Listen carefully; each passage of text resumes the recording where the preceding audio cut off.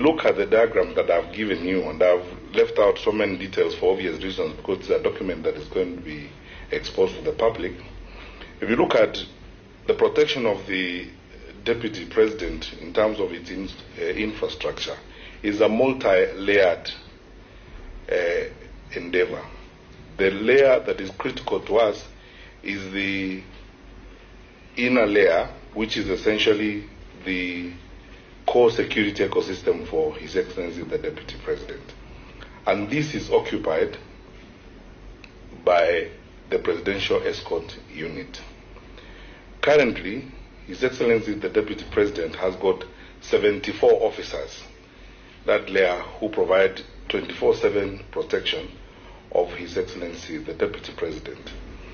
And if I didn't remove the details on this, if I brought the actual architecture as it's drawn and presented by security people, which I can't because this is an open meeting for obvious reasons, we normally say that the protection is given regardless of where, when, how, and so on. The Presidential Escort is dedicated to protecting the Deputy President when he's seated, standing, lying down, moving 24/7. And he has got 74 officers dedicated to this under the command of a Commissioner of Police. There's a Commissioner of Police dedicated to this, assisted by one Senior Superintendent of Police and 2 Chief Inspectors of Police. By tradition and by law, that is how the holders of that office are protected.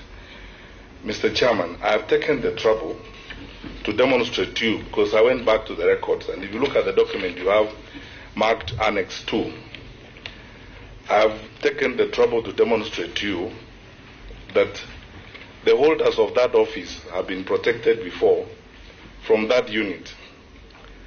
I have shown you the strength of personnel that protected that office before, and I've shown you the highest rank of command that managed that protection before. You will notice at the end of that document that the current holder of that office has got the highest number of personnel to be ever assigned in that office, and also the highest ranking police officer to command that protection of the current holder of the office. Because Honorable Jaramogi Oginga Odinga had 30 officers. Honorable Joseph Murumbi had 22. Honorable Daniel Arap Moi had 34. Honorable President Mwai Kibaki had 26. The Honorable Josephat Karanja, 22. Honorable the late Professor George Saitoti, 30. Honorable Musalia Mudavadi, 22. And Honorable Michael Kijana Amalwa, 22. Honorable Mudi Awori, 22. Honorable Raila Odinga, although he did not occupy that office when he was Prime Minister, had 57. And Honorable Kalonzo Musyoka, 26. The current holder of that office, the Honorable His Excellency Dr. William Ruto, has got 74.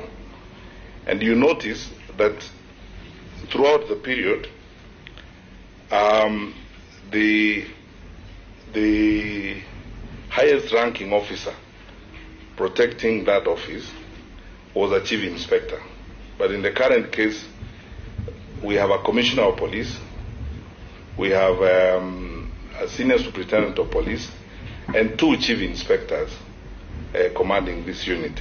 This is the unit that provides the core protection or the core management of the security of His Excellency the Deputy President. But I'm going to demonstrate to you shortly, again using these documents, that this office is allocated even more officers than those ones. I want to emphasize one point, that contrary to what has been going around in public spaces and comments and some irresponsible discussions that the Deputy President doesn't have protection, he does have protection, because the team that protects the Deputy President is the Presidential Escort, not the outer ring. But